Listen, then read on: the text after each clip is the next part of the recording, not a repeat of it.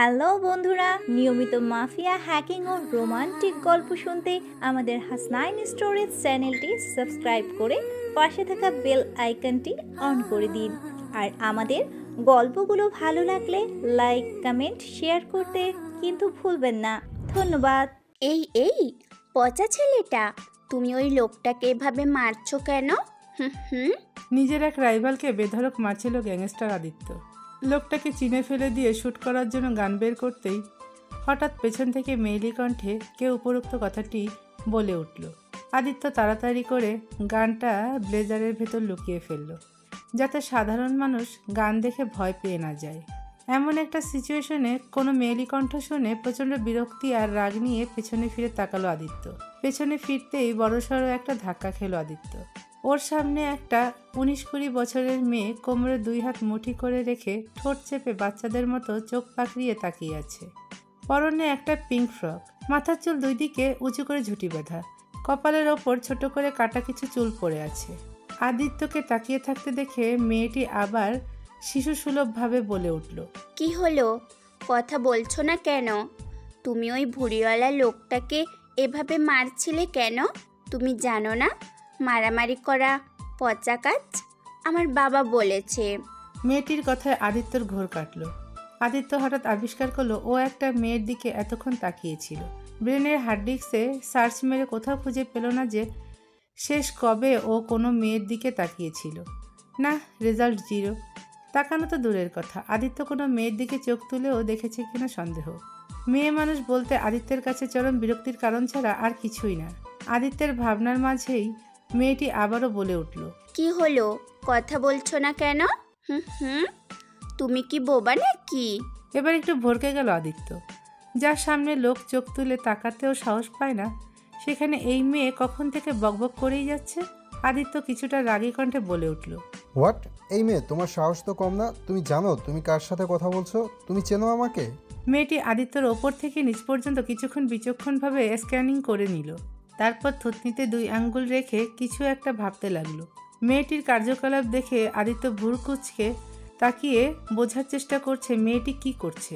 মেয়েটি হঠাৎ উৎসাহ নিয়ে 2 হাতে তালি দিয়ে হাসি মুখে বলে উঠল, আরে হ্যাঁ, আমি চিনে গেছি তোমাকে। এখানে নিশ্চয়ই কোনো মুভি চলছে। হুম। আর তুমি হলে ওই মুভির হিরো, তাই না? এতক্ষণ মার খাওয়া লোকটিকে ধরে রেখেছিল বিহান। মেয়েটির কথা শুনে হঠাৎ ফিক করে হেসে দিল। তবে আদিত্যর চোখ গরম করে তাকানো দেখে সাথে সাথে হাসি বন্ধ হয়ে গেল। আদিত্য আবার মেয়েটার দিকে তাকিয়ে বলল, এই মেয়ে, কি বলছো এসব? কিসের মুভি আর কিসের হিরো? আমাকে দেখে কি তোমার হিরো মনে হয়? মেয়েটি হাসি মুখে বলে উঠল, অবশ্যই তোমাকে দেখতেও একদম ওই টিভির হিরোদের মতো লাগে। আর ওই হিরোদের মতো মারামারিও করো। দেখেছো আমি কত ইন্টেলিজেন্ট? ঠিক ধরে ফেলেছি। আচ্ছা, আমি তোমাকে পচা বলেছি, তার জন্য সরি। হ্যাঁ, হিরোরা তো ভিলেনকে মারবেই, তা না হলে কি আর মজা হবে নাকি? তুমি যাও, ওই ভুঁড়িওয়ালাকে আরও মারো, আমি দেখব আর তালি বাজাবো। হ্যাঁ, অনেক মজা হবে। এত বড় মেয়ের এমন বাচ্চাদের মতো আচার আচরণ দেখে আদিত্য বুঝে গেল যে মেয়েটির মাথার তার ছেঁড়া। গায়ে পায়ে বড় মেয়েটি মস্তিষ্ক থেকে এখনো বাচ্চাই আছে। আদিত্য মাথা ঘুরিয়ে ওর লোকেদের ইশারা করতেই তারা মার খাওয়া লোকটিকে ধরে নিয়ে ওখান থেকে চলে গেল। আদিত্যের থেকে কিছুটা দূরত্বে দাঁড়িয়েছিল বিহান। মেয়েটাকে এভাবে আদিত্যের সাথে কথা বলতে দেখে বিহান একটু ভয় পাচ্ছে। আদিত্যের যে রাগ, তারপরও এমন একটা সিচুয়েশনে মেয়েটা চলে এসেছে যেখানে আদি আগে থেকেই রেগে আছে। না জানি মেয়েটার কি অবস্থা করে। কিন্তু বিহানকে অবাক করে দিয়ে আদিত্য মেয়েটাকে রেখে চলে যাওয়ার জন্য পা বাড়ায়। 2 কদম যেয়ে পেছন দিকে ঘাড় ঘুরিয়ে দেখে মেয়েটি কেমন ঠোঁট উল্টিয়ে মুখ ছোট করে দাঁড়িয়ে আছে। আদিত্য কেন যেন যেতে নিয়েও যেতে পারে না। আবারও মেয়েটির সামনে এসে জিজ্ঞেস করলো, এই মেয়ে, নাম কি তোমার? এখানে এই নির্জন জায়গায় একা একা কি করছো? তুমি জানো এখানে তোমার সাথে কত কিছু হতে পারে? মেয়েটি আবারও থুতনিতে 2 আঙ্গুল রেখে কিছু ভাবতে লাগলো। আদিত্য সেটা দেখে ভ্রু কুঁচকে বলল, কি হলো, উত্তর দাও। মেয়েটি বলে উঠল, ভাবছি তুমি এতগুলো প্রশ্ন করলে, কোনটার উত্তর আগে দেব? আদিত্য একটু গলা খাকারি দিয়ে বলল, ঠিক আছে, আগে তোমার নাম বলো। কোন নামটা বলবো? আমার তো আবার অনেকগুলো নাম। বাবা আমাকে ডাকে মামুনি বলে, আম্মু ডাকে নুরিমা বলে, নীলা ডাকে আপু বলে। তাহলে কোনটা বলবো? মেয়েটির কথা শুনে আদিত্য ভ্যাবাচাকা খেয়ে গেল। এ কার পাল্লায় পড়লো রে বাবা? অন্য সময় হলে তো মেয়েটাকে ফেলে চলে যেত এখান থেকে, যা খুশি হতো মেয়েটার, ওসবের ধার ধারতো না দিত। তবে আজ কেন যেন মেয়েটাকে ফেলে রেখে যেতে পারছে না। কেন পারছে না সে নিজেও জানে না। মাথায় শুধু একটা কথাই ঘুরছে, এমন একটা জনশূন্য জায়গায় একটা মেয়ের একা থাকাটা সেফ না। তারপরও মেয়েটাকে দেখেই বোঝা যাচ্ছে মেয়েটা মেন্টালি আনস্টেবল। আদিত্য বলে উঠল, বাইরের মানুষ তোমাকে কি নামে ডাকে? মেয়েটি আবারও কিছুক্ষণ চিন্তা করে বলে উঠল, বাইরের মানুষ তো অনেকে অনেক কিছুই বলে, তবে বেশিরভাগ লোক নূর বলে ডাকে। আদিত্য বুঝতে পারলো মেয়েটির নাম তাহলে নূর। আদিত্য আবার জিজ্ঞেস করলো, এখানে একা একা কি করছো তুমি, আর কার সাথে এসেছো? আমি তো আমার বেবিকে খুঁজতে এসেছি। আমার বেবিটা না হারিয়ে গিয়েছে। আদিত্য এবার রীতিমতো তাজ্জব বনে গেল, সাথে বিহানও ফ্রিতে তবদা খেয়ে গেল। কি বলে এই মেয়ে? এই মেয়ের আবার বেবিও আছে? যে নিজেই এখনো ডাইপার থেকে বের হয়নি তার আবার বাচ্চাও আছে? আদিত্য বিস্ময় নিয়ে জিজ্ঞেস করলো। তোমার বেবিও আছে? নূর বলে উঠল, হ্যাঁ আছে তো, কিন্তু হঠাৎ কোথায় যেন হারিয়ে গিয়েছে। ওকেই খুঁজছিলাম, তখনই এক মোচওয়ালা আঙ্কেল আমার কাছে এসে বলল সে নাকি আমার বেবিকে দেখেছে। আমাকে তার সাথে এদিকে নিয়ে আসলো। আমাকে এখানে এনে বলল আমি যেন এখানেই থাকি। সে একটু পরেই আসছে। নূরের কথায় আদিত্য ব্যাপারটা কিছু আঁচ করতে পারছে। আদিত্য সন্দিহান চোখে তাকিয়ে বলল, কোথায় তোমার আঙ্কেল? নূর কিছু বলার আগে আদিত্য সামনে তাকিয়ে দেখলো নূরের পিছন দিক দিয়ে একটা লোক হেঁটে আসছে। আদিত্যের তাকানো দেখে নূর পেছনে ফিরে তাকালো। লোকটাকে দেখে নূর হাসি মুখে সেদিকে এগিয়ে যেতে যেতে বলে উঠল, আরে এটাই তো সেই আঙ্কেল। এই আঙ্কেল, এখন বলো আমার বেবি কোথায়? হুম হুম। লোকটা কি বলবে? আদিত্যকে এখানে দেখে তার আত্মার পানি শুকিয়ে গেছে। আদিত্যকে সে চেনে, আর তার ক্ষমতা সম্পর্কেও জানা আছে। আদিত্য লোকটার দিকে তীক্ষ্ণ দৃষ্টিতে তাকিয়ে আছে। লোকটা উত্তর দক্ষিণ না দেখে জানের ভয়ে ওখান থেকে পরিমরি করে দৌড় লাগালো। লোকটার দৌড়ানো দেখে নূর ভেবাচেকা খেয়ে গেল। পেছন থেকে কয়েকবার জোরে জোরে ডাকলো, কিন্তু তার আগেই লোকটা পগার পার। লোকটার পালানো দেখে আদিত্য এবার 100% শিওর হয়ে গেল যে লোকটা নূরকে এখানে খারাপ মতলবে নিয়ে এসেছিল। আদিত্য নূরের দিকে তাকিয়ে চোয়াল শক্ত করে দাঁতে দাঁত চেপে বলে উঠল, এই মেয়ে, তোমার কি কমন সেন্স নেই? চেনা নেই জানা নেই একটা লোক তোমাকে নিয়ে এলো, আর তুমি তার সাথে ধেই ধেই করে চলে আসলে। আর তোমার বাসার লোকজনই বা কেমন তোমার মতো এমন তাছাড়া মেয়েকে একা একা ছেড়ে দিল? নূর ঠোঁট উল্টিয়ে অভিমানী সুরে বলে উঠল, এই হিরো, আমাকে বকছো কেন? আমি কি ইচ্ছে করে এসেছি নাকি? আমার বেবিটা হারিয়ে গেল, তাই তো ওকে খুঁজতে এসেছি। আর বাসার লোকজন জানলে না কিছু বলবে? আমি তো লুকিয়ে লুকিয়ে এসেছি। বাসার লোক কিছুই জানে না, জানলে ওরা কখনো আসতেই দিত না। তাহলে আমি আমার বেবিকে কিভাবে খুঁজতাম? হুম হুম। আদিত্য চোখ বন্ধ করে নিজের রাগটাকে কন্ট্রোল করে নিয়ে বলে উঠল, আচ্ছা ঠিক আছে, তোমার বাসা কোথায় বলো। নূর যথাযথভাবে বাচ্চাদের মতো করে বলে দিল, বাসা তো বাসাই আছে, বাসা আবার কই যাবে? আদিত্য দাঁত চিবিয়ে বলল, মানে তুমি কোথায় থাকো? আমি আমার বাসায় থাকি। বিহান অনেক কষ্টে নিজের হাসি চেপে রেখেছে। আদিত্যকে এমন উইয়ার্ড সিচুয়েশনে দেখে বিহানের ভীষণ মজা লাগছে। দ্য গ্রেট আদিত্য আজ একটা বাচ্চা মেয়ের কাছে ধরাশায়ী হয়ে পড়ছে। তবে একটা বিষয় দেখে ভীষণ অবাকও হচ্ছে, যে আদিত্য কোনো মেয়েকে নিজের আশেপাশে সহ্যই করতে পারে না, সে কিনা এই অপরিচিত মেয়েটার সাথে এতক্ষণ কথা বলছে, আবার তার সেফটির কথাও ভাবছে। সত্যিই অবিশ্বাস্য। আবির এখানে থাকলে নিশ্চয়ই বলতো, মামা এটা তো পাতিহাস হয়ে গেল। বিহান গাড়ি চালাচ্ছে আর বিস্ময় নিয়ে বারবার আয়নার পেছনের সিটের দিকে তাকাচ্ছে। ওর এখনো বিশ্বাস হচ্ছে না আদিত্য সত্যি সত্যি এই মেয়েটাকে নিজের সাথে নিয়ে এসেছে। এতটাও আশা করেনি বিহান। মেয়েরা আদিত্যর জন্য পাগল, তবে ওর রাগের কারণে কেউ ওর ধারে কাছেও আসতে সাহস পায় না। যদিও আসে, তাদের আদিত্য চরমভাবে অপমান করে দেয়। আর আজ কিনা এই মেয়েটাকে সোজা গাড়িতে নিজের পাশে বসিয়ে দিল। বিহানের মনে হচ্ছে ও দিবাস্বপ্ন দেখছে। আদিত্য না চাইতেও আর চোখে বারবার পাশে বসে থাকা চঞ্চল মেয়েটাকে দেখছে। মেয়েটা জানালার কাছ নামিয়ে মুখটা বের করে দিয়ে মুখে বাতাস লাগাচ্ছে আর একা একাই হেসে যাচ্ছে। ওর হাসির রিনিঝিনির শব্দ আদিত্যর ভেতরটাকে নাড়িয়ে দিচ্ছে। আদিত্য এবার সরাসরি নূরের দিকে তাকালো। ফর্সা নিষ্পাপ মুখটাতে যেন রাজ্যের মায়া ভর করেছে। আদিত্য এক ঝটকায় নিজের মাথাটা অন্যদিকে ঘুরিয়ে নিল। ওর কেন যেন মনে হচ্ছে এই মুখটার দিকে বেশিক্ষণ তাকালে ওর কোনো সর্বনাশ হয়ে যাবে।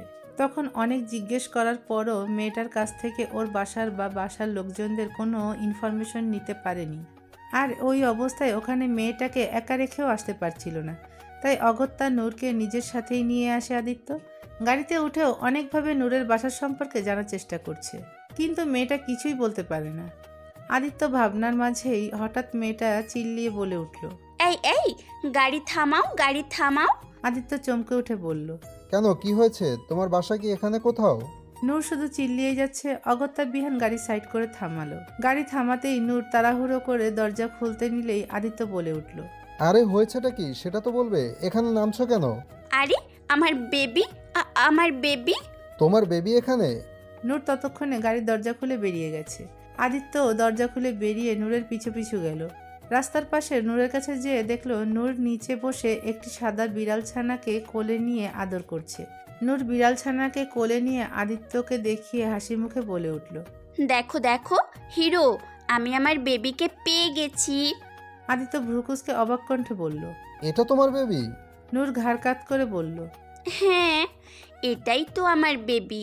আমি ওকে কোথায় কোথায় খুঁজেছি, আর ও এখানে ঘুরে বেড়াচ্ছে।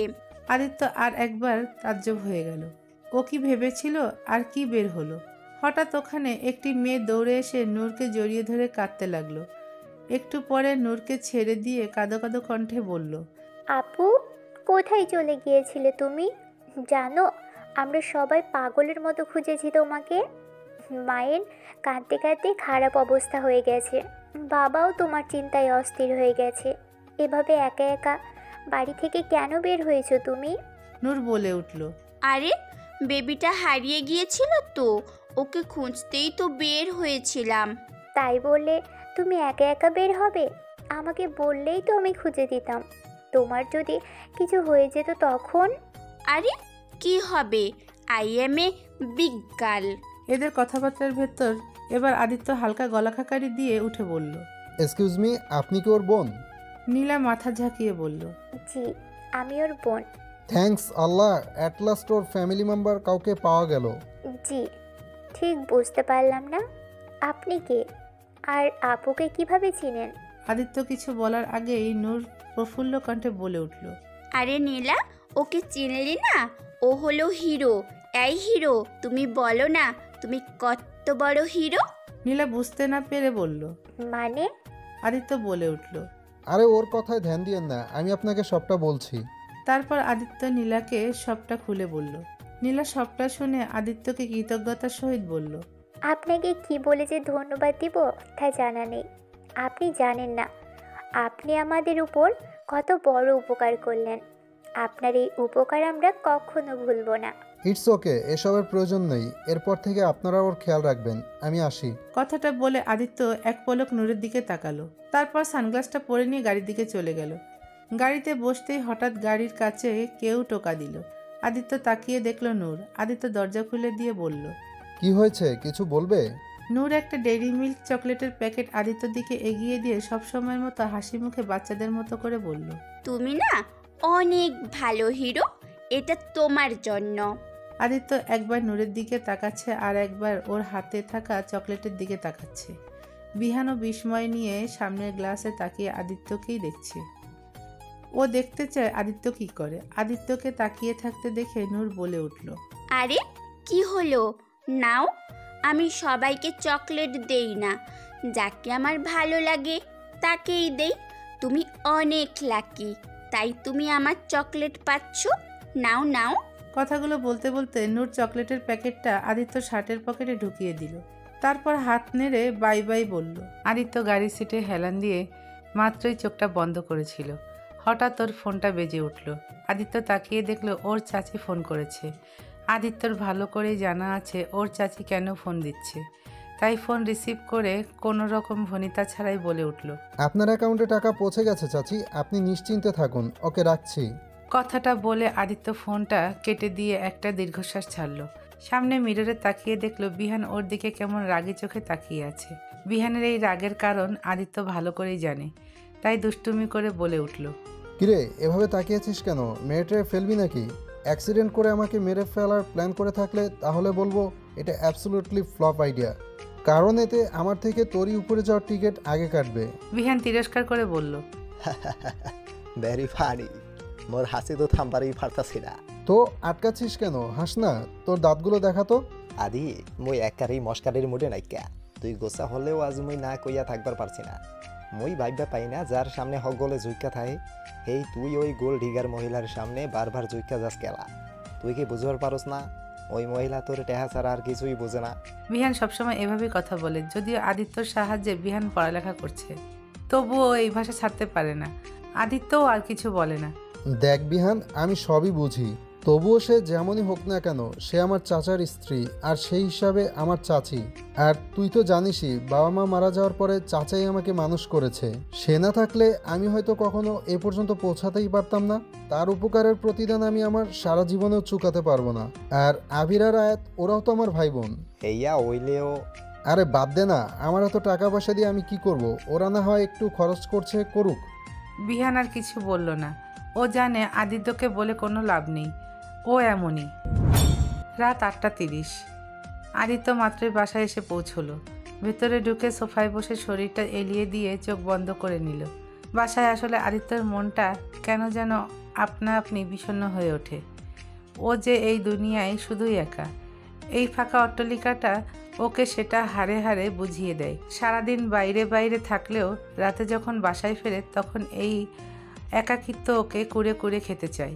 এই একাকিত্ব যেন ওকে আঙ্গুল দেখিয়ে তিরস্কার করে বলছে, দেখ আদিত্য, এত অর্থ প্রাচুর্য থাকা সত্ত্বেও তুই কত অভাগা। নিজেকে তখন সবচেয়ে অসহায় ব্যক্তি মনে হয়, যার নিজের একান্ত আপন বলতে কেউ নেই। আদিত্যর জীবন একসময় এমন ছিল না। বাকি সবার মতো ওরও জীবন ছিল হাসি খুশি। বাবার স্নেহ আর মায়ের মমতায় ঘেরা সুখের জীবন ছিল ওর। আদিত্যের বাবা একটা সরকারি চাকরি করত। আদিত্যর পৃথিবী জুড়ে ছিল ওর বাবা মা, কিন্তু হঠাৎ করে কালবৈশাখী ঝড়ে ওর পৃথিবীটা তছনছ হয়ে গেল, কেড়ে নিয়ে গেল আদিত্যের সব সুখ। আদিত্যের যখন 10 বছর বয়স তখন এক অ্যাক্সিডেন্টে আদিত্যের বাবা মা একসাথেই মারা যান। সেদিন থেকে শেষ হয়ে যায় আদিত্যের সুখের জীবন। আদিত্য পুরো একা হয়ে যায়। আদিত্যকে দেখার মতো কেউ থাকে না। আদিত্য নানা নানি অনেক আগেই মারা গিয়েছিল, শুধু একটা মামা ছিল, কিন্তু সে আদিত্যর দায়িত্ব নিতে চায়নি। আদিত্যর দাদা দাদিও মারা গিয়েছিল। ওর বাবারা 2 ভাই 1 বোন ছিল। আদিত্যর ফুফুর বিয়ে হয়ে গিয়েছিল, তাই আদিত্যকে নিজের কাছে রাখার জন্য তার শ্বশুরবাড়ির লোক মানত না। শেষমেশ আদিত্যর চাচা ওর সব দায়িত্ব নেয়। আদিত্যকে ওর চাচা নিজের ছেলের মতোই ভালোবাসত। আদিত্যও তার চাচাকে অনেক শ্রদ্ধা করত, কখনো চাচার কথার অবাধ্য হতো না। তবে আদিত্যর চাচি আদিত্যকে মোটেও পছন্দ করতো না। তার মতে আদিত্য শুধু একটা বাড়ির বোঝা ছাড়া আর কিছুই ছিল না। এর জন্য আদিত্যর চাচি ওর সাথে অনেক খারাপ ব্যবহারও করত। তবে আদিত্যের চাচার সামনে সবসময় ভালো সেজে থাকতো। তবে আদিত্য কখনো কোনো প্রতিউত্তর করতো না, চুপচাপ সব কিছু সহ্য করত। ওর মতে তার চাচা এখানে থাকতে দিয়েছে, খাইয়ে পরিয়ে লেখাপড়া করাচ্ছে, এই তো অনেক। সেখানে না হয় একটু সহ্য করলাম। আদিত্য লেখাপড়া অনেক ভালো ছিল, তাই HSC পাশ করার পর স্কলারশিপ পেয়ে লন্ডনে চলে যায় স্টাডির জন্য। সেখান থেকে স্টাডি শেষ করে এসে বাংলাদেশে নিজের বিজনেস স্টার্ট করে। ধীরে ধীরে আদিত্যর বিজনেস বড় হতে থাকে এবং আদিত্যর সফলতা আসমান ছুঁতে থাকে। এখন বর্তমানে পৃথিবীর বিভিন্ন দেশে আদিত্যর ব্রাঞ্চ আছে। আদিত্য এখন সফলতার শীর্ষে। বিজনেস ছাড়াও আদিত্যের একটা মাফিয়া গ্যাং আছে, যদিও সেখানে কোনো অনৈতিক বা অবৈধ কাজ হয় না, বরং যারা অন্যায় অবৈধ কাজ করে তাদের শাস্তি দেওয়াই হলো এই গ্যাংয়ের মূল কাজ। আদিত্য এখন নিজের বাড়ি কিনে এই বাড়িতেই থাকে। এত কিছুর পরেও দিন শেষে আদিত্য সেই নিঃস্ব একা। মাঝে মাঝে আদিত্যরও ইচ্ছে হয় কেউ একজন ওর একান্ত হয়ে থাকুক, যে ওর জন্য অপেক্ষায় থাকবে, ওর জন্য চিন্তা থাকবে, যে ওর সুখে হাসবে, ওর দুঃখে কাঁদবে। দিন শেষে ক্লান্ত শরীরে বাসায় ফিরে তার মুখের দর্শনে নিজের সব ক্লান্তি দূর হয়ে যাবে, মুখে ভেসে উঠবে খুশির রেখা। আদিত্য জানে ও চাইলেই হাজারো মেয়ে ওর জীবনে আসার জন্য লাইন ধরে যাবে, কিন্তু এরা সবাই শুধু ওর টাকা পয়সার জন্য, বাহ্যিক সৌন্দর্যের জন্য ওর জীবনে আসতে চায়। যেমন ওর চাচি, এই মহিলা আগে ওকে দেখতেই পারতো না, আর এখন নিজে থেকে অধিকার ফলাতে আসে শুধুমাত্র ওর টাকার জন্য। আদিত্য সবই বোঝে, কিন্তু বুঝেও কিছু বলে না। থাক না, নামের হলেও তো আপনজন। কেই বা আছে আমার এই নিঃস্ব জীবনে, একমাত্র বিহান ছাড়া। বিহান ছোটবেলা থেকেই আদিত্যর সাথে থাকে। আদিত্যের যখন 12 বছর বয়স, তখন বিহানকে পেয়েছিল আদিত্য। বিহানেরও এই দুনিয়ায় আপন বলতে কেউ নেই। রাস্তায় রাস্তায় পানি বিক্রি করত। একদিন আদিত্য রাস্তা দিয়ে হেঁটে যাচ্ছিল, হঠাৎ ওর দিকে একটা গাড়ি ব্রেক ফেল করে ওর দিকে ছুটে আসতে থাকে। সেই মুহূর্তে বিহান আদিত্যকে হাত ধরে টান দিয়ে বাঁচিয়েছিল। সেদিন থেকে আদিত্য বিহানকে নিজের বন্ধু বানিয়ে নেয়। যতটা পারত বিহানকে সব কিছুতেই সাহায্য করত। নিজের বিজনেস শুরু হওয়ার পর থেকেই বিহানকে নিজের সাথেই রাখে আদিত্য। তবে আদিত্যের বাড়িতে থাকে না, আদিত্যের বাকি স্টাফদের মতো স্টাফ কোয়ার্টারে থাকে। আদিত্য অনেক বলেছে ওর সাথে ওর বাসায় থাকতে, কিন্তু বিহানের একটাই কথা, বন্ধু হলেও ও আদিত্যর স্টাফ, তাই ও স্টাফ কোয়ার্টারে থাকবে। তাই আদিত্যও আর কিছু বলে না, ওর যেভাবে ভালো লাগে সেভাবেই থাকুক। আদিত্যর ভাবনার মাঝে এক সার্ভেন্ট এসে মাথা ঝুঁকিয়ে বলল, স্যার আপনার ডিনার রেডি। আদিত্য চোখ খুলে সোজা হয়ে বসে বলল, ওকে, ইউ ক্যান গো নাও। সার্ভেন্টটা আস্তে করে মাথা ঝাঁকিয়ে চলে গেল। আদিত্য এক দীর্ঘশ্বাস ছেড়ে নিজের বেডরুমে এগুলো। বেডরুমে এসে ড্রেসিং টেবিলের সামনে দাঁড়িয়ে হাতের ঘড়ি খুলে গায়ের ব্লেজারটা খুলল। শার্টের বোতাম খুলে শার্টটা খুলতেই নিচে কিছু একটা পড়ার শব্দ হলো। আদিত্য ভ্রুকুসকে নিচে তাকিয়ে দেখলো চকলেটের প্যাকেট। নিচু হয়ে চকলেটটা হাতে নিল আদিত্য। চকলেটটা দেখে হঠাৎ নূরের কথা মনে পড়ে গেল। মেয়েটির নিষ্পাপ চেহারা, তার হাসি, তার বাচ্চামো আচরণগুলো মনে পড়তে আদিত্যর ঠোঁট দুটো আপনা আপনি প্রসারিত হয়ে গেল। মেয়েটা সত্যিই নিষ্পাপ। দুনিয়াদারির কোনো ভাবাবেগ নেই ওর ভেতর, নেই কোনো লোভ লালসা চাওয়া পাওয়া। একদম নূরের আলোর মতো নিষ্পাপ নূর। আমাকে বলে কিনা হিরো। কথাটা ভেবে আদিত্যর ঠোঁটের হাসি আরও একটু চড়া হয়ে গেল। আদিত্য চকলেটটা ড্রেসিং টেবিলের ওপর রাখতে গেলে আয়নায় চোখ পড়ে যায়। আয়নার দিকে ভালো করে তাকাতে কিছুক্ষণের জন্য থমকে যায় আদিত্য। নিজের ঠোঁটে ঝুলে থাকা হাসিটা দেখে নিজেই অবাক হয়ে যায়। ও হাসছে, সত্যিই হাসছে, তাও আবার একটা মেয়ের কথা ভেবে। Like seriously? আদিত্য আবারও ভালো করে তাকিয়ে দেখলো, এখনও ওর ঠোঁটে হাসির রেখা লেগে আছে। আর এটা কোনো দেখানো বা সৌজন্যমূলক হাসি না, এটা মন থেকে আসা সত্যিকারের খুশির হাসি, যেটা শুধু ওর ঠোঁটে না, চোখে মুখেও ছড়িয়ে পড়েছে। আদিত্যর মনে নেই শেষ কবেও এমন মন থেকে এসেছিল। রাত 12টা। আদিত্য বেডে শুয়ে চোখ বন্ধ করে ঘুমানোর চেষ্টা করছিল, কিন্তু কিছুতেই ঘুম আসছে না। আদিত্য সব কিছু টাইম টু টাইম হয়, খাওয়া, কাজ, ঘুমানো সব কিছু টাইম মতো করে, কিন্তু আজ টাইম পার হয়ে গেছে তবুও ওর চোখে ঘুম নেই। চোখ বন্ধ করলেই বারবার শুধু নূরের হাসি মুখটা ভেসে উঠছে। কিছুতে ঘুমাতে পারছে না, কেমন যেন অস্থির অস্থির লাগছে। আদিত্য আর না পেরে উঠে বসে বিহানের নাম্বারে ফোন দিল। বিহান ঘুমে কাদা হয়ে আছে, এদিকে ওর ফোনটা বেজেই যাচ্ছে, ওর কোনো খেয়াল নেই। ফোন না ধরায় আদিত্য আরও বিরক্ত হয়ে যাচ্ছে। 4বার বিহান ফোন ধরে ঘুম ঘুম কণ্ঠে বলল, কোন হারামি রে, রাত বিরাইতে ফোন দিয়া মোর সাদের ঘুমটা ভাঙিয়া দিছোস। মনে চাইতাছে ফোনের মধ্যে ঢুইকা তোরে পিড়াই আহি। আচ্ছা আয়, মেরে যা, দেখি তোর কত দম। আদিত্যের কণ্ঠ শুনে বিহান বেকুবের মতো ফোন সামনে এনে ফোনের দিকে তাকিয়ে দেখলো আদিত্য কল করেছে। বিহান একটা ঢোক গিলে ফোন কানে নিয়ে বলল, আরে তুই, তোরে আবার এত রাইতে কিসে কামড়াইলো? তোর তো এতক্ষণে ঘুমের পয়লা ডোজ কমপ্লিট হইয়া যাওয়ার কথা, তুই কি মোরে স্বপ্নে ফোন দিছোস? শাট আপ ইডিয়েট, কখন থেকে আবল তাবল বলে যাচ্ছিস? আমাকে কিছু বলতে দিবি? হ কনা মামা কি কবি? আদিত্য একটু গলা খাকারি দিয়ে বলল, আমার নূরের সব ডিটেলস চাই, সকালের ভিতরেই। বিহান ব্রুকুসকে বলল, এই নূরপুর আবার কেডা মামা? আজ বিকেলে যেই মেয়েটির সাথে দেখা হয়েছিল, যাকে আমার গাড়িতে বসিয়েছিলাম, ওই মেয়েটির কথা বলছি। আইসা, ওই মাইয়াডা? তা তুই ওই হাফ মেন্টাল মাইয়ার ইনফো দিয়া কি করবি? আদিত্য দাঁতে দাঁত চেপে বলল, ওর নাম নূর। বেশি কথা না বলে তোকে যা বললাম তাই কর। সকালের ভিতর আমার সব ডিটেলস চাই, ব্যাস। কথাটা বলে আদিত্য ফোন রেখে দিল। বিহান ব্যঙ্গ করে বিড়বিড় করে বলল, সব ডিটেলস চাই আমার, ব্যাস। আরে হালুয়া নাকি, কইলেই হইয়া গেল। শালা নিজেও তো কইয়া খালাস, আর মোর সাদের ঘুমটা হারাম কইরা দিল। সকাল 8টা। আদিত্য ফ্রেশ হয়ে নিচে এসেছে ব্রেকফাস্ট করার জন্য। তখনই বিহান এসে সোফা টি টেবিলের ওপর একটা ফাইল ঠাস করে রেখে সোফায় গা এলিয়ে দিয়ে বলল, এই ল, এইটুক সময়ে খালি ঠিকানায় জোগাইবার পারছি, এর বেশি আর হইতো না, বাহিরা পরে করমনে। আদিত্য কিছু না বলে ফাইল হাতে নিয়ে দেখতে লাগলো, তারপর আস্তে করে বলল, আপাতত এইটুকুতেই চলবে। এখন চল ব্রেকফাস্ট করে বের হব আমরা। বাইরমু মানে গাঁজা খর্গ মতো কথা কস কেলা। তুই তো কইয়া খালাস হইয়া আরামে ঘুম দিছস, আর মুই যে শিয়ালের মতো জায়গা জায়গা ইনফো চুকাইলাম, এখন আবার তোর লগে যাইবার কস, তাইলে মুই ঘুমাইমু কন? আদিত্য ভাবলেশীনভাবে বলল। 2 মিনিটের ভিতর উঠে ব্রেকফাস্ট শেষ কর, না হলে কিন্তু না খেয়েই বের হতে হবে। বিহান সোজা হয়ে বসে বলল। কেসটা কি কত মামা? হঠাৎ ওই মাইয়াডার লাইক এত ইন্টারেস্ট দেখাইবার লাগস কেলা? কুসকুস লোচা হে কেয়া, তুই আবার ওই হাফ মেন্টাল মাইয়ার পিড়িতে ফুল মেন্টাল হইয়া গেলানি? আদিত্য কিছু না বলে ব্রেকফাস্ট করতে লাগলো। বিহান মনে মনে আদিত্যকে শক্তপোক্ত কয়েকটা গালি দিয়ে ব্রেকফাস্ট করতে বসলো। বিহানের দেওয়া ঠিকানা অনুযায়ী আদিত্যরা নূরের বাসার কাছাকাছি চলে এসেছে। আদিত্য নিজেও জানে না ও এখানে কেন এসেছে, আর কি বা করতে চায়। শুধু মনে হচ্ছে মেয়েটাকে এক নজর না দেখলে ও শান্তি পাবে না, ওর ভেতরে অস্থিরতা দূর হবে না। বিহান নূরের বাসা থেকে কিছুটা দূরে গাড়ি থামিয়ে বলে উঠল। আইয়া তো পড়ছি, অহন কি বাসার ভিতরে যাবি?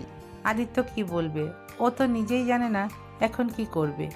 এখানে চলে তো এসেছে, কিন্তু এভাবে একটা অপরিচিত বাসার ভেতরে কিভাবে যাবে, আর বলবেই বা কি? That is a weird situation. Aditya গাড়ি থেকে নেমে দাঁড়িয়ে বারবার আশেপাশে তাকাচ্ছে, নূরকে কোথাও দেখতে পায় কিনা সেই আশায়। মনে মনে ভাবলো, কি দিন এসে গেল তোর আদি, শেষমেশ কিনা রাস্তার 420 পোলাপানের মতো মেয়েদের স্টক করা শুরু করলি। এইটাই বাকি ছিল, এই মেয়েটার জন্য না জানি আর কি কি করতে হবে। হঠাৎ কোথা থেকে আসা হাসির রিনিঝিনি শব্দে ভাবনায় ছেদ পড়ল আদিত্যর। আদিত্য পাশে তাকিয়ে দেখলো রাস্তার পাশে একটা ছোট মাঠে কিছু বাচ্চারা খেলাধুলা করছে, সেখান থেকেই এই হাসি শোনা যাচ্ছে। আদিত্য আনমনেই সেদিকে পা বাড়ালো। মাঠের ভেতর যেতেই দেখতে পেল কাঙ্ক্ষিত সেই মানুষটিকে। চোখে কাপড় বেঁধে বাচ্চাদের সাথে কানামাছি খেলছে সে। মুহূর্তেই থমকে গেল আদিত্য। তার হাসির রিনিঝিনি শব্দে বুকের বাম পাশে হঠাৎ ঘুমন্ত কোনো কিছু জেগে উঠে লাফাতে শুরু করলো, যেন সে আর বুকের ভেতর থাকতে রাজি নয়। আদিত্য নূরের দিকে তাকিয়ে থাকতে থাকতেই খেয়াল করলো কাল রাত থেকে ওর ভেতরে যে অস্থিরতা কাজ করছিল এখন আর তার ছিটে ফোটাও নেই, বরং সেখানে এখন একরাশ প্রশান্তি আর ভালো লাগা কাজ করছে। আদিত্যর ঠোঁট জোড়ায় ভেসে উঠল আবারও সে ভালো লাগার হাসি। নূর 2 হাত এদিকে ওদিকে বাড়িয়ে বাচ্চাদের ধরার চেষ্টা করছে। এভাবে হাতড়াতে হাতড়াতে একসময় আদিত্যর কাছে চলে এলো নূর। হাত বাড়িয়ে আদিত্যকে কাছে পেয়ে 2 হাতে জড়িয়ে ধরল আদিত্যকে। তারপর প্রফুল্ল কণ্ঠে বলতে লাগলো, ইয়ে, ধরে ফেলেছি। আদিত্য এতক্ষণ ঘরের ভেতর প্যান্টের পকেটে 2 হাত ঢুকিয়ে দাঁড়িয়েছিল। হঠাৎ এভাবে নূরের জড়িয়ে ধরায় আদিত্য পুরো স্তব্ধ হয়ে গেল। শির দ্বারা দিয়ে বয়ে গেল শীতল বাতাস। মুখে কোনো কথাই বের করতে পারছে না আদিত্য, শুধু ফ্যাল করে নূরের মুখের দিকে তাকিয়ে আছে। নূর আদিত্যকে ছেড়ে দিয়ে চোখের কাপড় খুলে আদিত্যের দিকে তাকালো। আদিত্যকে দেখে হাসিটা আরও প্রশস্ত হয়ে গেল। ডাগর ডাগর চোখ দুটো বড় বড় করে উৎসাহী কণ্ঠে বলল, আরে হিরো, তুমিও এখানে খেলতে এসেছো বুঝি? আদিত্য কি বলবে ভেবে পাচ্ছে না। চুপচাপ শুধু নূরকে দেখেই যাচ্ছে। মনে হচ্ছে এই দেখার কোনো শেষ নেই। এতক্ষণে অন্য সব বাচ্চারাও ওদের কাছে এসে দাঁড়িয়েছে। তাদের ভেতর একটা বাচ্চা নূরের দিকে তাকিয়ে বলে উঠল, খেলবে মানে বললি হলো নাকি? তুমি জানো না আমরা বন্ধু ছাড়া অন্য যেন তেন কাউকে খেলতে নিই না, এটা আমাদের গ্রুপের রুল। বাচ্চাটির কথায় আদিত্য ভ্রুকুচকে বাচ্চাগুলোর দিকে তাকালো। এইটুকুন পুচকের এমন অ্যাটিটিউড দেখে অবাক না হয়ে পারল না। নূর বাচ্চাটির দিকে তাকিয়ে বলল, আরে মিন্টু, তুই জানিস না উনি না অনেক বড় হিরো, নেই না ওনাকে খেলতে, অনেক মজা হবে। বাচ্চাটি ভাব নিয়ে বলল। তো হিরো হয়েছে তো কি হয়েছে, রুলস আর রুলস। মিম নামের আরেকটি বাচ্চা বলে উঠল, হ্যাঁ মিন্টু ঠিকই বলেছে, হিরো হবে উনি নিজের বাসায়। এখানে সবাই এক, কোনো পার্শালিটি চলবে না। আদিত্য এদের কথাবার্তা শুনে মনে মনে একটু হাসলো। তারপর বাচ্চাদের দিকে একটু ঝুঁকে বলল, তাহলে তো এটা অনেক গম্ভীর বিষয়। আচ্ছা, তাহলে একটা কাজ করলে কেমন হয়? আমাকে তোমাদের বন্ধু বানিয়ে নাও, তাহলে তো আর কোনো সমস্যা নেই, তাই না? নূর আদিত্যর কথায় সায় দিয়ে বলল, হ্যাঁ হিরো ঠিক বলেছে, আমরা হিরোকে বন্ধু বানিয়ে নেই, তাহলে আর কোনো সমস্যা হবে না। মিন্টু অ্যাটিটিউড নিয়ে বলল, আমাদের বন্ধু হওয়া এত সহজ না, আমাদের বন্ধু হতে হলে অনেক কাঠখড় পড়াতে হয়, সবার দ্বারা সম্ভব না। নূর আদিত্যের দিকে তাকিয়ে ঠোঁট উল্টিয়ে অসহায় ভঙ্গিতে বলল, ওরা না ঠিকই বলেছে, জানো আমারও ওদের বন্ধু হওয়ার জন্য কত মেহনত করতে হয়েছে। পুরো 20 টাকার ললিপপ খাইয়েছি, তারপর ওরা আমাকে বন্ধু মানিয়েছে। ভাবা যায়? বলো, তোমার কাছে কি এত টাকা আছে? আদিত্য বেচারা হাসবে না কাঁদবে বুঝতে পারছে না। বাংলাদেশের শীর্ষ বিজনেসম্যানকে বলছে তার কাছে 20 টাকা আছে নাকি। সত্যিই লোকজন শুনলে হার্ট অ্যাটাক করে মরেই যাবে। এদের কথাবার্তায় চরম বিনোদন পাচ্ছে আদিত্য। আদিত্য বলে উঠল, আর এই অদমকে একটা সুযোগ তো দিয়ে দেখো, তোমরা যা চাও তাই খাওয়াবো, ওকে? নূর আদিত্যকে সুপারিশ করে বলল, হ্যাঁ, হিরো ঠিকই বলেছে। আর হ্যাঁ, তোরা জানিস হিরোর না এত বড় গাড়ি আছে। তোরা চাইলে হিরো আমাদের ওই গাড়িতেও ঘোরাবে, তাই না হিরো? আদিত্যের দিকে তাকিয়ে কথাটি বলল নূর। আদিত্য আলতো করে মাথা ঝাঁকিয়ে সাই জানালো। গাড়িতে ঘুরবার অফার শুনে বাচ্চাদের মনে মনে লাড্ডু ফুটলো। তবুও উপরে উপরে অ্যাটিটিউড দেখিয়ে মিন্টু বলল, ঠিক আছে, এত করে যখন বলছো তখন একটা সুযোগ দেওয়াই যায়। আমরা আবার অনেক দয়ালু। আদিত্য বিনয়ীভাবে বলল, জি আপনাদের মেহেরবানি, তাহলে চলুন। আদিত্যের বলতে দেরি, কিন্তু বাচ্চাদের দৌড়াতে দেরি নেই। সবাই হই হই করে গাড়ির দিকে দৌড়ালো, সাথে নূরও। আদিত্য মুচকি হেসে ওদের পিছে পিছে গেল। নূরের উৎসাহ দেখে আদিত্যেরও অনেক ভালো লাগছে। বাচ্চাদের বায়নায় হলেও নূরের সাথে কিছুক্ষণ সময় কাটাতে পারবে এটা ভেবেই আদিত্যর ভালো লাগছে। বিহান গাড়ির সিটে হেলান দিয়ে ঘুমিয়ে আছে। রাতে ঘুমাতে পারেনি। এই আদিত্য যাওয়ার পর ও গাড়িতে ঘুমিয়ে পড়েছে। হঠাৎ ধূপধাপ শব্দে বিহানের ঘুম ভেঙে গেল। বিহান ধরফরিয়ে উঠে পাশে তাকিয়ে দেখলো কয়েকটা বাচ্চা এসে গাড়ির চারদিকে ঘিরে কাছে থাপ্পড় মারছে। বিহান ভুরুকুসকে ভাবলো, এই জারানার পয়সার পার্টি কইও নাইলো। বিহান দরজা খুলে বেরিয়ে কিছু বলবে তার আগেই সবগুলো হুড়মুড় করে গাড়ির ভিতরে ঢুকে পড়লো। বিহান হকচকিয়ে বলতে লাগলো, আবে চারানার পার্টি তোরা সবগুলান গাড়িতে হুইটটা গেলি কেলা, বাইর হ কইতাছি।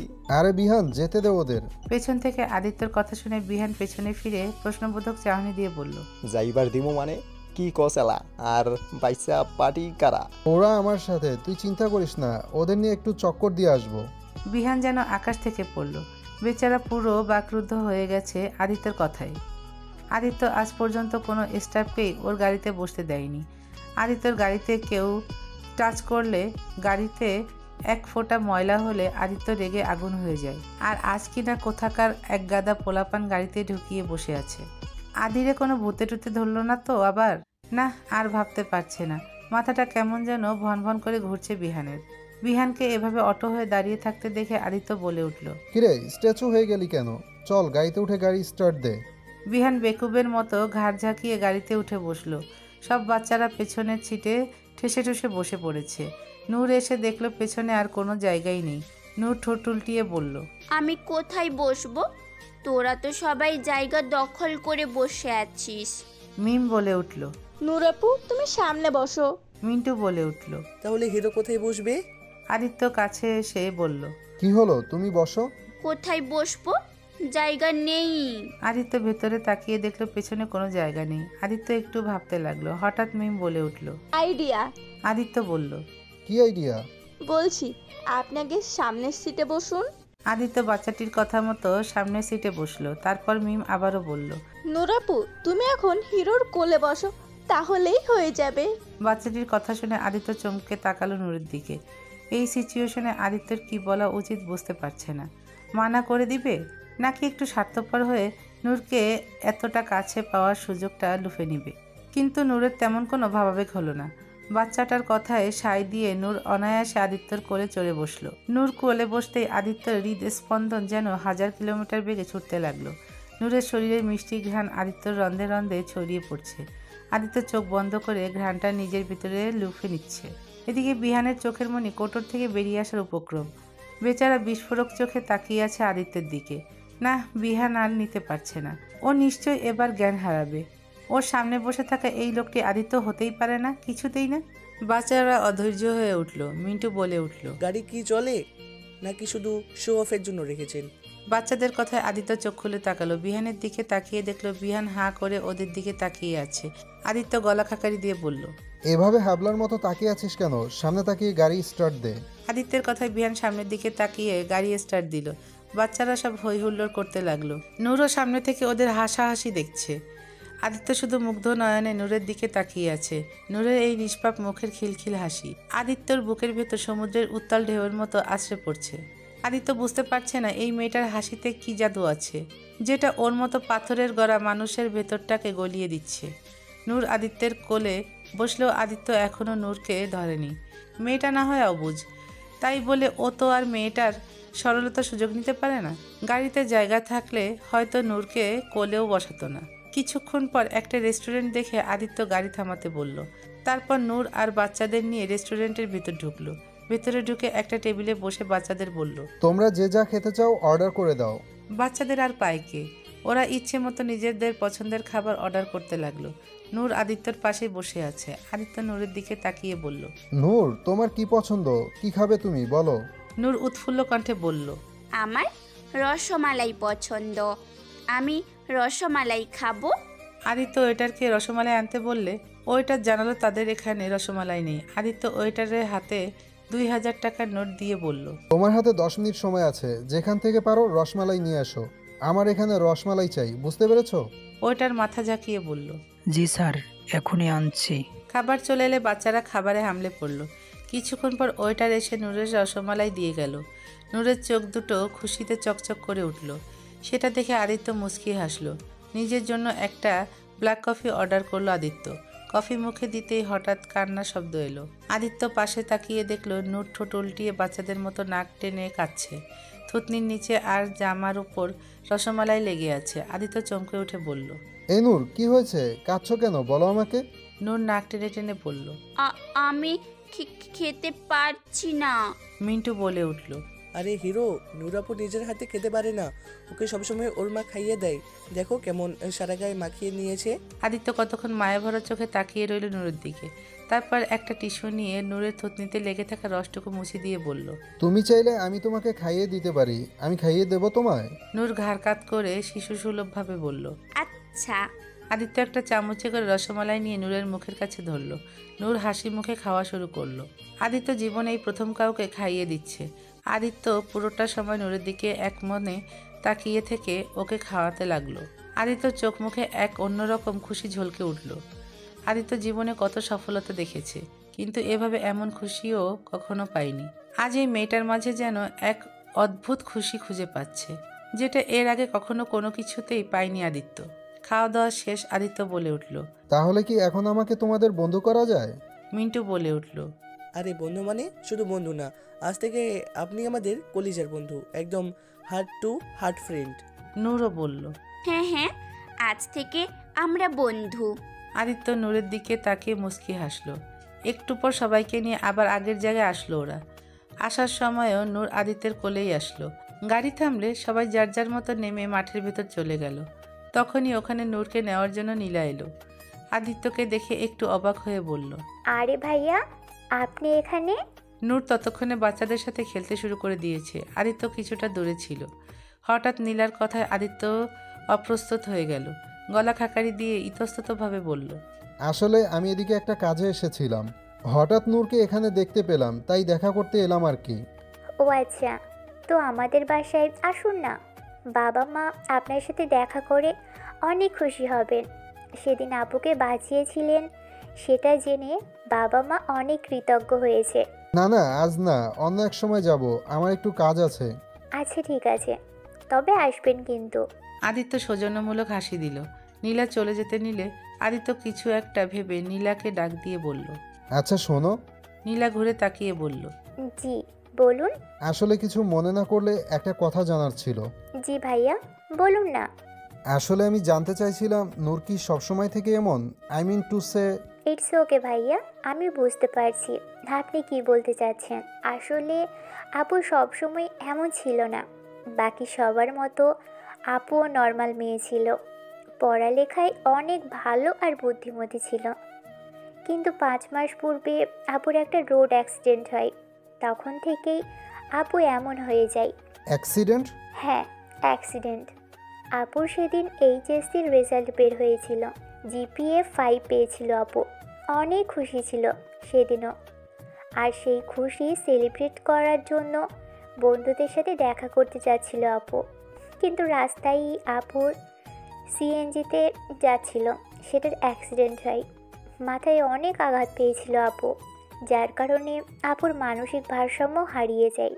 আপু একটা 5-6 বছরের বাচ্চাদের মতো হয়ে যায়।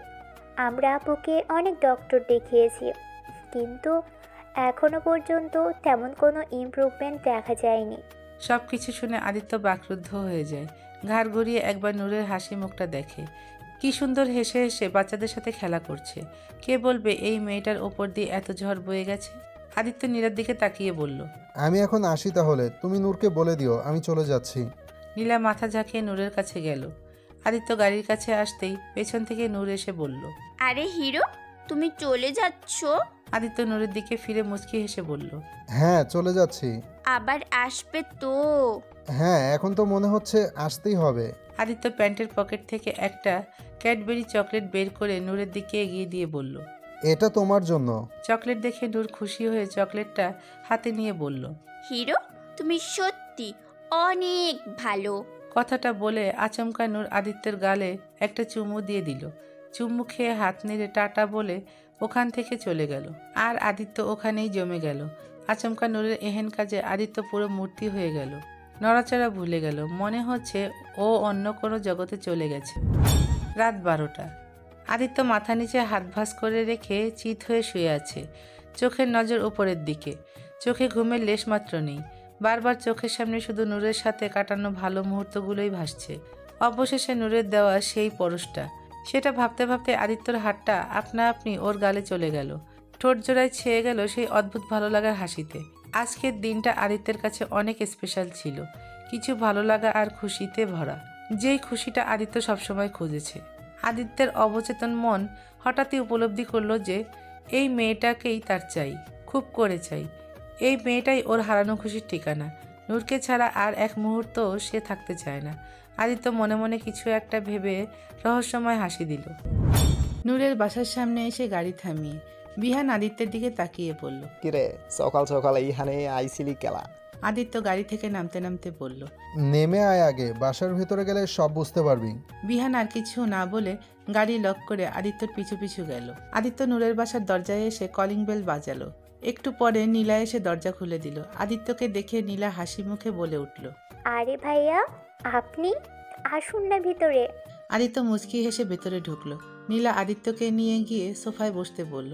আদিত্য আর বিহান সোফায় বসলো। নীলা ওর বাবা মাকে ডেকে আদিত্যর সাথে পরিচয় করিয়ে দিল। নূরের বাবা মা আদিত্যকে দেখে অনেক খুশি হলেন। মেয়েকে বাঁচানোর জন্য তারা আদিত্যকে কৃতজ্ঞতা প্রকাশ করলেন। একটু পরে নূর এখানে দৌড়ে আসলো। আদিত্যকে দেখে উৎসাহ নিয়ে বলল, আরে হিরো, তুমি আবার আমার সাথে খেলতে এসেছো বুঝি? হুম, চলো চলো আমরা খেলতে যাই। কথাটা বলে নূর আদিত্যর হাত ধরে নিয়ে যেতে উদ্যত হলো। আদিত্য নূরকে থামিয়ে দিয়ে বলল, তোমার সাথে অবশ্যই খেলবো, তবে একটু পরে। এখন তোমার বাবা মার সাথে আমি একটু কথা বলবো। তুমি ততক্ষণ নিজের রুমে গিয়ে খেলো, ঠিক আছে? নূর ঘাড় কাত করে বলল, আচ্ছা। কথাটা বলেই নূর আবার নিজের রুমে চলে গেল।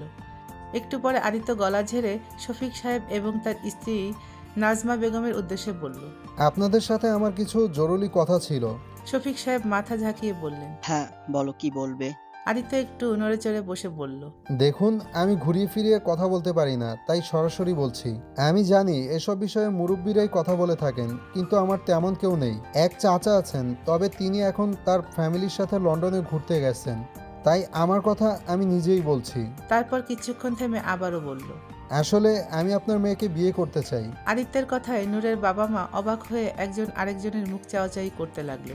শফিক সাহেব নিজেকে একটু সামনে নিয়ে বলল, কিন্তু বাবা, নীলা তো এখনো ছোট, 17 বছর বয়স, মাত্র কলেজে ভর্তি হয়েছে। এই বয়সে কিভাবে ওর বিয়ে দেব? আদিত্য থতমত খেয়ে বলল, আপনি বোধহয় ভুল বুঝছেন, আমি নীলার কথা বলিনি, আমি নূরকে বিয়ে করতে চাই। দ্য গ্রেট সাদমান শাহরিয়ার আদিত্যের মুখের এমন প্রস্তাবে সব মেয়ের বাবাই নিজেকে ধন্য মনে করে খুশিতে ডগমগ হয়ে উঠবে। কিন্তু শফিক সাহেবের চেহারায় অবাক আর আশ্চর্য ছাড়া কিছুই পাওয়া যাচ্ছে না। শফিক সাহেবের পরিবারও চরম অবাক এমন প্রস্তাবে। অন্যদিকে আদিত্যের পাশে বসে থাকা বিহান মাত্র পানির গ্লাস মুখে নিয়েছিল।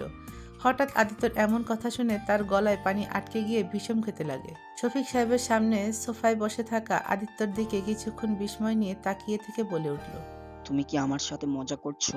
আদিত্য স্বাভাবিকভাবেই বলে উঠল, আমি কোনো স্ট্যান্ড আপ কমেডিয়ান না যেখানে আপনার সাথে মজা করতে আসব। আমি মোটেও মজা করছি না, আই এম সিরিয়াস। কিন্তু এটা কিভাবে সম্ভব? দেখো, তুমি আমার মেয়ের জীবন বাঁচিয়েছো, তার জন্য আমরা সবাই তোমার কাছে সারা জীবন ঋণী। তাই বলে বিয়ে, এটা কি করে সম্ভব? তুমি কি নূরের অবস্থাটা জানো না? আমি সবই জানি, নূর যেমনই হোক আমি সবটা জেনেই ওকে বিয়ে করতে চাই।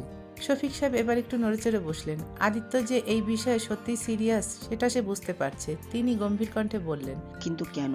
দুনিয়াতে এত মেয়ে থাকতে আমার মেয়ে নূরই কেন?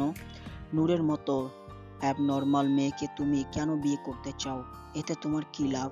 আদিত্য স্মিত হেসে বলল, দেখুন, আমি নিজের ব্যাপারে কখনো কাউকে কোনো এক্সপ্লেনেশন দেই না, কিন্তু আপনাকে বলছি কারণ আপনি একজন বাবা, তাই আপনার জানার অধিকার আছে। লাভের কথা বলছিলেন না? আসলে নূরকে আমার জীবনে পাওয়ার লাভটা আমি আপনাকে ভাষার কোনো শব্দ দিয়ে বোঝাতে পারবো না।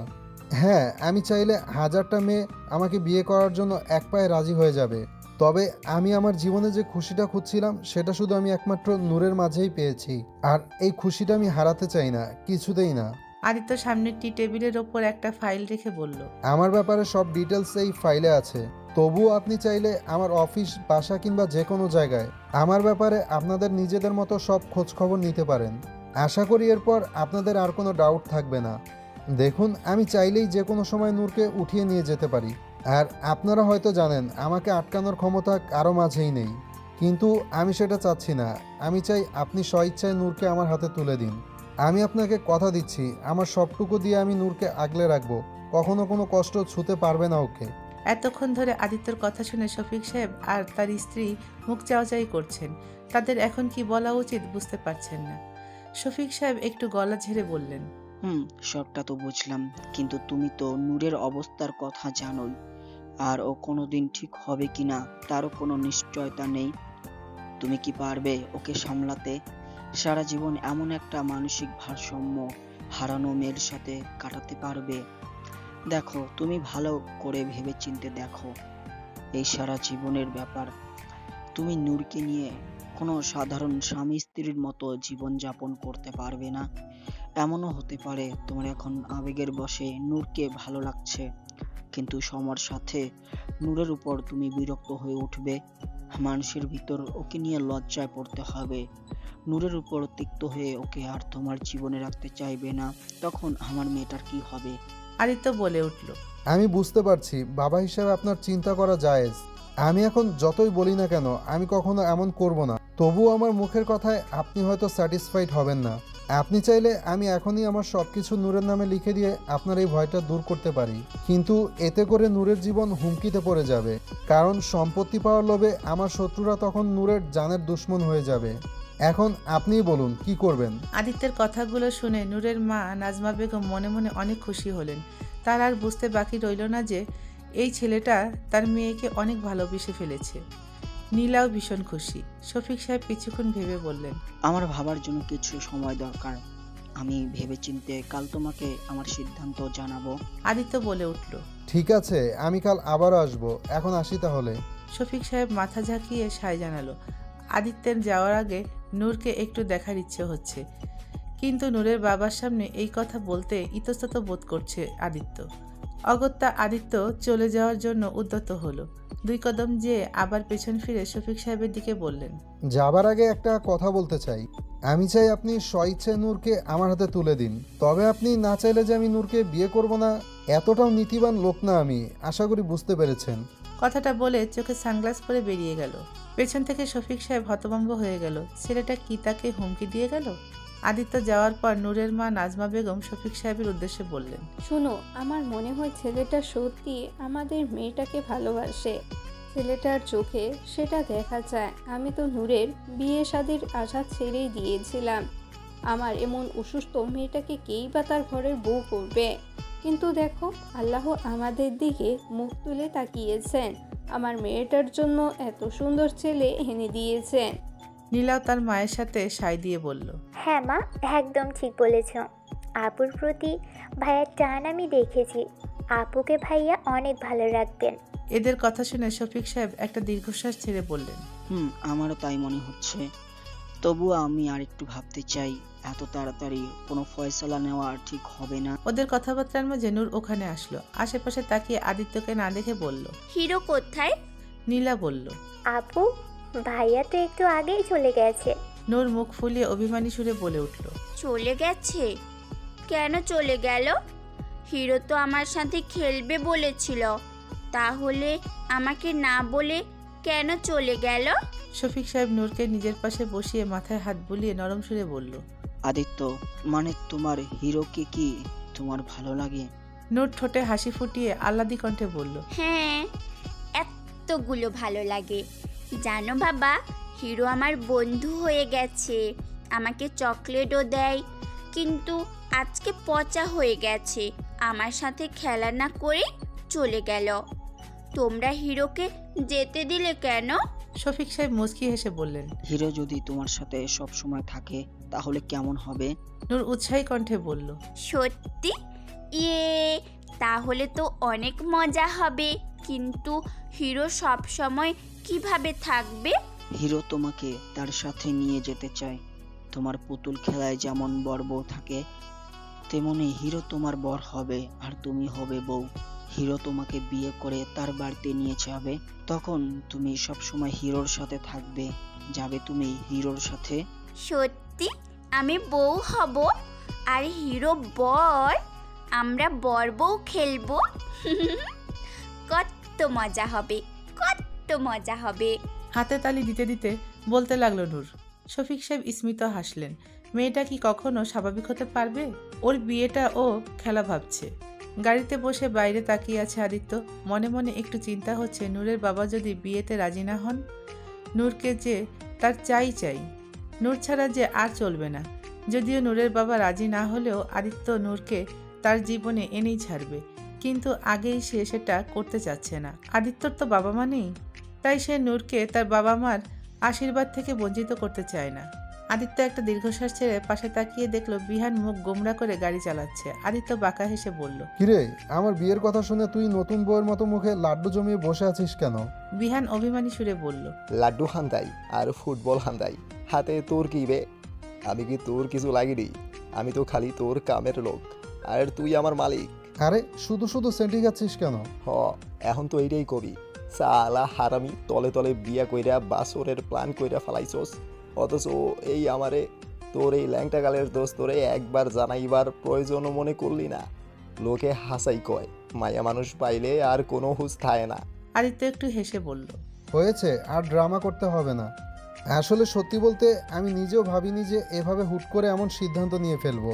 জানিস, ওকে প্রথম দিন দেখার পর আমার কেমন অস্থির লাগছিল, সারা রাত অস্থিরতায় ঘুমাতে পারিনি। কিন্তু কাল যখন ওকে দেখলাম, আমার সব অস্থিরতা দূর হয়ে গেল। ওর নিষ্পাপ হাসিটা দেখে মনের ভেতর এক অদ্ভুত খুশির উদ্ভাবন হলো। জানিস, কালকের দিনটার মতো খুশি আমি এর আগে কখনো পাইনি। শুধু কিছুটা সময়ের জন্য নূরকে পেয়ে যদি আমি এতটা খুশি হতে পারি, তাহলে ভাব, যখন নূর সারা জীবন আমার কাছে আমার সাথে থাকবে, তখন আমি কতটা খুশিতে থাকবো। তাই তো আর দেরি না করে নূরকে আমার জীবনে আনার ব্যবস্থা করলাম। তোকে বলিনি, কারণ তোকে সারপ্রাইজ দিতে যাচ্ছিলাম। তুই ছাড়া আর কেই বা আছে বল? হইছে, আর ইমোশনাল ছুরি চালাইতে হইব না। বিহান এবার একটু সিরিয়াস ভঙ্গিতে বলল, তো আদি, তুই কি শিওর এই ব্যাপারে? না মানে কইছিলাম যে নূরের মতো মাইয়ারে বিয়া কইরা। বিহানের কথা শেষ হওয়ার আগে আদিত্য বলে উঠল, আমি জানি তুই কি বলতে চাচ্ছিস। নূর আর সবার মতো না, সবার থেকে আলাদা, স্পেশাল একটা মেয়ে। আর এই জন্যই ওকে আমার ভালো লাগে। ও অন্য সব মেয়ের মতো কৃত্রিম না। নূর হলো নিষ্পাপ এক প্রাকৃতিক রূপ। আমি জানি তুই আমার জন্য চিন্তা করে এসব বলছিস, তবে তুই চিন্তা করিস না, এই মেয়েটাই তোর বন্ধুর সুখের ঠিকানা। বিহান বিহান মুস্কি হেসে বলল, তাইলে তো ওই গেল মামা, তুই খুশি তো আমিও খুশি। শেষ ম্যাচ আমিও গাইবার পারুম, আজ মে ইয়ার কি শাদি হে, আজ মে ইয়ার কে শাদি হে। আদিত্য হালকা হাসলো। শফিক সাহেবের সামনে সোফায় বসে আছে আদিত্য। কাল সারা রাত চিন্তায় ঘুমাতে পারেনি আদিত্য। সকাল হতেই বিহানকে নিয়ে চলে এসেছে নূরের বাসায়। বর্তমানে বসার ঘরে নূরের পরিবারের সামনে বসে আছে আদিত্য, শফিক সাহেবের সিদ্ধান্ত জানার জন্য। শফিক সাহেব এবার গলা ঝেড়ে বললেন, আমি তোমার সম্পর্কে খোঁজ খবর নিয়েছি, তোমার ফাইল অনুযায়ী সবই ঠিক আছে, তবে আমি এই বিয়ে দিতে পারবো না। আদিত্যর বুকের ভেতর ধক করে উঠল। আদিত্য চমকে উঠে বলল, কিন্তু কেন? সমস্যাটা কোথায়? সমস্যাটা হলো আমার মেয়ে তোমার উপর রেগে আছে, কারণ তুমি তার সাথে কাল দেখা না করেই চলে গেছো। মেয়ের রাগ না ভাঙালে কিভাবে বিয়ে দেব বলো? শফিক সাহেবের কথায় আদিত্য এবার থতমত খেয়ে গেল। হঠাৎ করে নূরের বাবা হেসে উঠল। আদিত্যর বুঝতে একটু সময় লাগলো। যখন বুঝতে পারলো শফিক সাহেব মজা করছেন, তখন বুক ভরে একটা স্বস্তির নিঃশ্বাস নিল আদিত্য। তার মানে শফিক সাহেব বিয়েতে রাজি আছেন? আদিত্য নিজেকে একটু সামনে নিয়ে মুচকি হেসে বলল, চিন্তা করবেন না, আমি ওর রাগ ভাঙিয়ে দেব। কোথায় ও? নীলা বলে উঠল। আপু নিজের রুমেই আছে, আসুন আমি নিয়ে যাচ্ছি আপনাকে। আদিত্য উঠে দাঁড়িয়ে নীলার সাথে গেল। নূরের রুমের দরজায় এসে নীলা বলল, আপু ভিতরেই আছে, আপনি যেয়ে কথা বলুন। কথাটা বলেই নীলা আদিত্যকে রেখে চলে গেল। আদিত্য দরজাটা আস্তে করে খুলে পা টিপে ভিতরে ঢুকলো। নূর বেডের উপর বসে আছে, টেডি বিয়ার দিয়ে খেলা করছে। হঠাৎ আদিত্যকে আসতে দেখে নূর টেডি বিয়ার কোলে নিয়ে বেডের উল্টো দিকে মুখ ফুলিয়ে বসে রইল। আদিত্য সেটা দেখে অন্যদিকে মাথা ঘুরিয়ে হালকা হাসল। তারপর আস্তে করে নূরের পাশে গিয়ে বসলো। নূর আরেক দিকে মুখ ফিরিয়ে নিল। আদিত্য বলে উঠল, কি করছো নূর? নূর চুপ করে আছে। আদিত্য আবার বলল, শুনলাম তুমি নাকি রেগে আছো, সত্যি কি তাই? নূর অন্যদিকে তাকিয়ে থেকে বাচ্চামো রাগ দেখিয়ে বলল, কেন বলবো? আমি কি পাগল নাকি? হুম, তুমি জিজ্ঞেস করলেই আমি বলে দিব। আমি কখনোই বলবো না যে আমি রেগে আছি। আর এটা তো আরও বলবো না যে আমি 1 বালতি রেগে আছি। না, 1 বালতি না, 2, না 3 বালতি রেগে আছি। তাই তো আমি কথা বলছি না। আর এটাও বলবো না যে তুমি আমার সাথে কাল দেখা না করে চলে গেছো, তাই রেগে আছি। আমি কিছুই বলবো না তোমাকে। আদিত্য 2 ঠোঁট চেপে ধরে নিজের হাসি আটকাচ্ছে। মেয়েটা সত্যিই অবুঝ, সব কিছু বলে দিয়ে বলছে কিছুই বলবো না। আদিত্য একটু ন্যাকামি করে বলল, তাহলে কি করবো এখন? তুমি তো কিছুই বলছো না। তাহলে আমি যে 1 বক্স চকলেট আনলাম সেটা না হয় অন্যদের দিয়ে দেই। তুমি তো আর নেবে না, তাই না? কারণ তুমি তোমার সাথে কথাই বলছো না।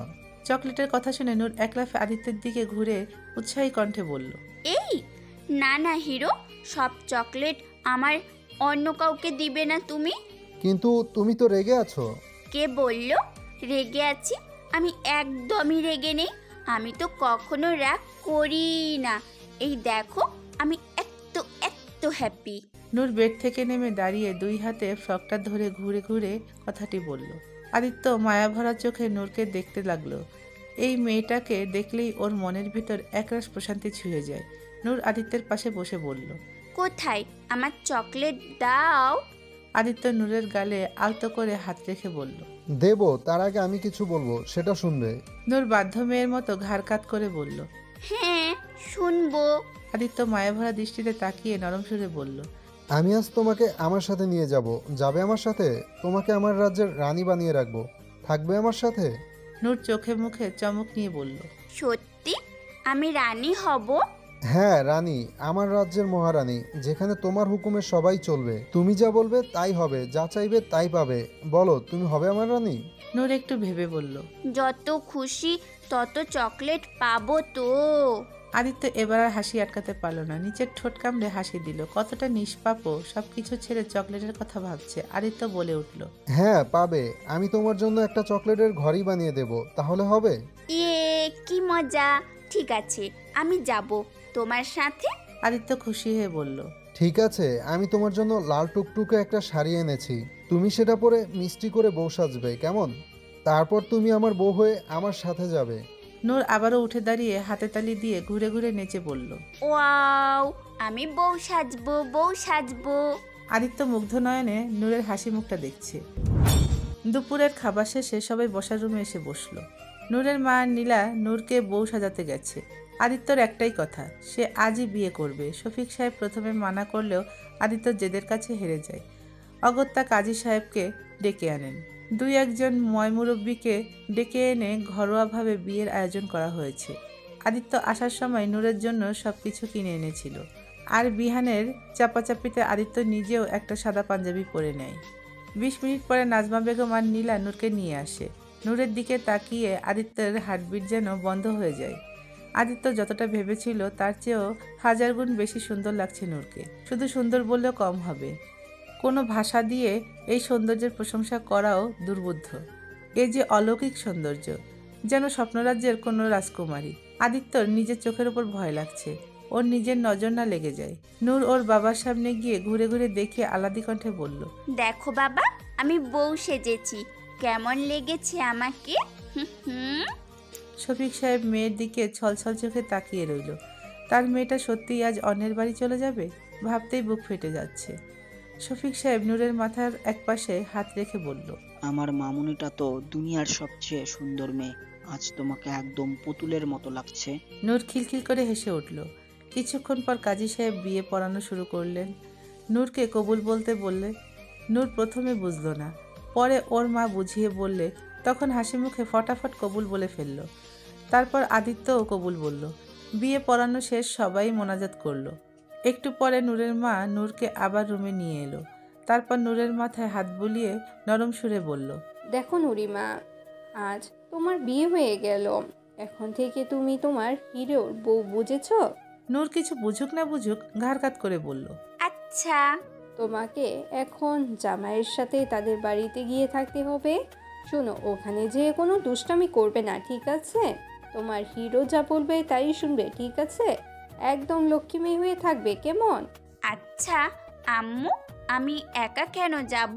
তোমরাও চলো না আমার সাথে, আমরা সবাই একসাথে থাকবো, অনেক মজা হবে।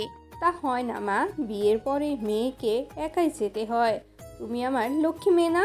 তুমি আমার কথা মানবে তো? একদম পচা মেয়ের মতন করবে না, ঠিক আছে? আচ্ছা, আমি একদম গুড গার্ল হয়ে থাকবো। নাজমা বেগম টলমল চোখে মুচকি হেসে নূরের কপালে একটা চুমু খেয়ে মেয়েকে জড়িয়ে ধরল। অনেক কষ্টে নিজের কান্না আটকিয়ে রেখেছে তিনি, না হলে যে নূরকে পাঠানো যাবে না। বিদায়ের সময় হয়ে এলো। নূরকে আবার বাইরে নিয়ে আসা হলো। শফিক সাহেব নূরের হাত আদিত্যর হাতে তুলে কান্না জড়ানো কণ্ঠে বলল, আমার এই অবুঝ মেয়েটাকে দেখে রেখো বাবা, আজ থেকে ও তোমার আমানত। আদিত্য বলে উঠল, আপনি চিন্তা করবেন না, আমি কথা দিচ্ছি আমার জীবন থাকতে নূরকে কোনো কষ্ট ছুঁতে পারবে না। শফিক সাহেব নূরের মেডিকেল ফাইল আদিত্যর হাতে দিল। আদিত্য নিজেই চেয়েছিল ও নূরকে আরও বড় ডাক্তারকে দেখাতে চায়, তাই শফিক সাহেব ফাইলটা দিয়ে বলল, এটা নূরের মেডিকেল ফাইল, এখানে ওর সব ডিটেলস আছে। ধন্যবাদ, আমরা এখন আসি তাহলে। ঠিক আছে বাবা।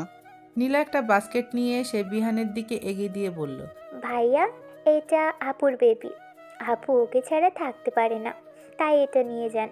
বিহান মাথা ঝাঁকিয়ে বাস্কেটটা হাতে নিল। আদিত্য নূরের হাত ধরে বের হবার জন্য পা বাড়ালো।